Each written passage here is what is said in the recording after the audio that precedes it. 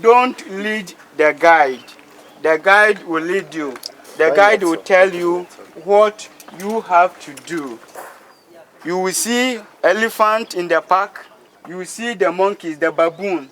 You will see the green monkey. And then when you get to our water bodies too, the dams, if you are lucky, you will see crocodiles too.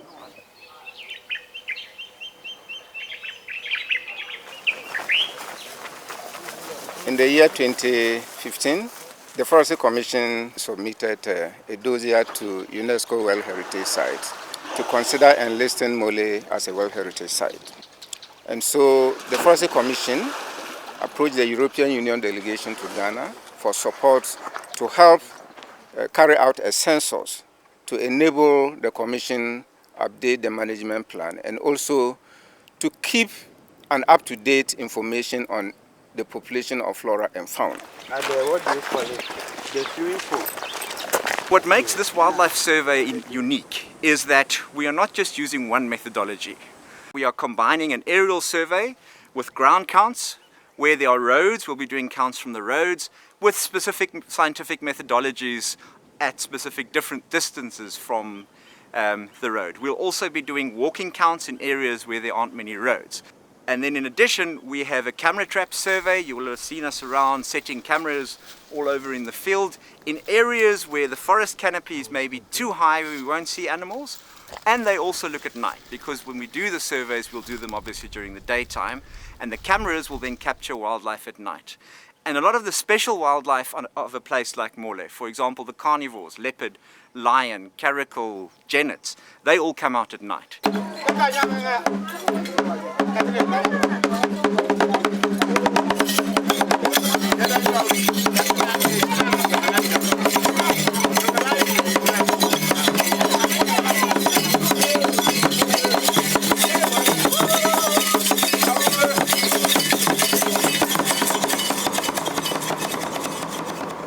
Road counts are good because the vegetation is thick and we can see what's happening underneath.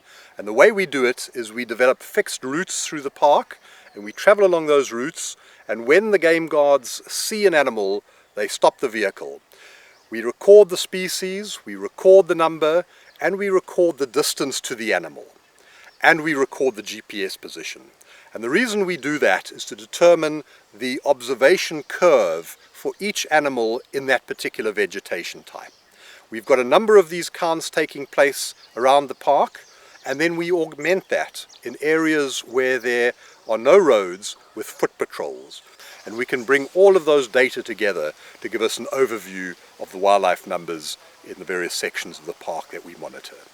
Road patrols and foot patrols are part of a bigger group of monitoring methods we use. One is an aircraft, so we do flights overhead and we count the animals we see, and that's particularly good for the big species like elephants and big herds of buffalo.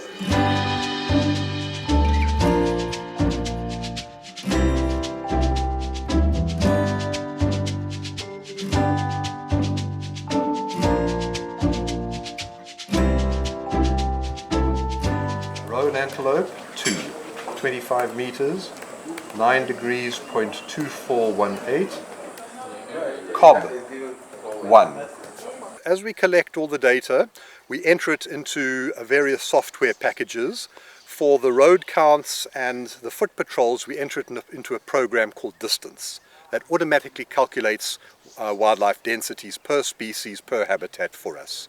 For the other two methods, we've developed special databases, and from that we can look and see which method is the most appropriate one for each species, and from that start compiling a park-wide set of numbers for all the game, all the wildlife that occurs in these areas. We will never be able to see all the squirrels in this tree next to us at the moment. But what we will be able to do is say, if we use the same methodology and say we look at this tree in a certain way for 10 minutes every day, over 10 years we're going to get a very good idea about what the squirrel population in this tree is. And so with the park as well. If there's regular monitoring that the park can do through regular road counts, through putting the camera traps out, let's say for a week every year, and then analyzing an index out of that, they can get a very good idea of the trends of the wildlife as they progress through the years and whether they're increasing or decreasing. Okay. So we can see. This is the ear of a baby elephant. The importance of looking at wildlife in Ghana, especially in Mole National Park, and the reason why we're going to be doing the survey of wildlife is because there's a link between the economy and wildlife. In Namibia, where I'm from, we've already exploited to a large degree sustainably wildlife and the ecosystems as services for people and economic potential. And in Ghana, it's also important that the wildlife potential for tourism, which has a knock-on effect for communities around the area, is really important, because that helps the economy from a tourism perspective. So many will use a stone in the hatching process, some will use sticks. This is an eco-village where a lot of tourists, like people from Europe, comes here a lot. They do their activities and then they generate a lot of income to the community, which the community use in terms of community development funds for the community. We have a local guided walk in the community. We have drumming and dancing.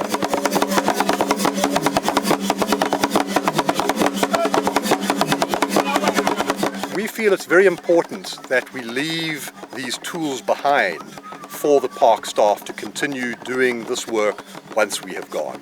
We've come here from Namibia to help because Namibia is quite advanced in wildlife management, but we are training the staff in the park to be able to take over and do it themselves without external assistance.